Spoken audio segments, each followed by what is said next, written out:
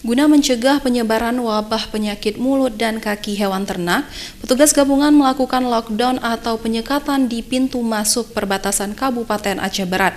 Semua hewan ternak yang ingin dibawa masuk dan keluar tidak diizinkan oleh petugas.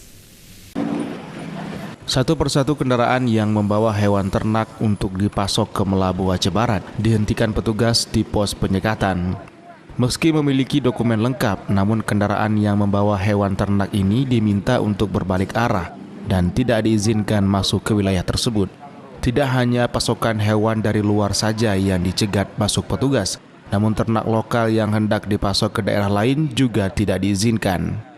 Penyekatan atau lockdown hewan ternak yang dilakukan petugas gabungan dari TNI Polri dan Dinas Peternakan ini untuk mencegah penyebaran wabah penyakit mulut dan kaki terhadap hewan ternak. Turun ke lapangan untuk sama-sama membuat posko dan membuat checkpoint bagi hewan-hewan yang nantinya akan masuk dan keluar.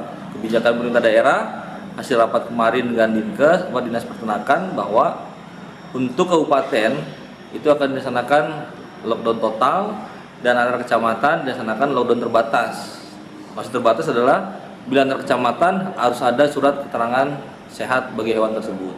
Selain melakukan penyekatan, Polri bersama TNI dan pemerintah daerah juga melakukan sosialisasi kepada masyarakat untuk mencegah wabah PMK tidak terinfeksi kepada ternak warga. Hingga kini belum ada hewan ternak di Kabupaten Aceh Barat yang terjangkit wabah penyakit mulut dan kuku. Namun petugas akan terus mengawasi dan melakukan penyekatan secara ketat. Dari Kabupaten Aceh Barat, Absah iNews melaporkan.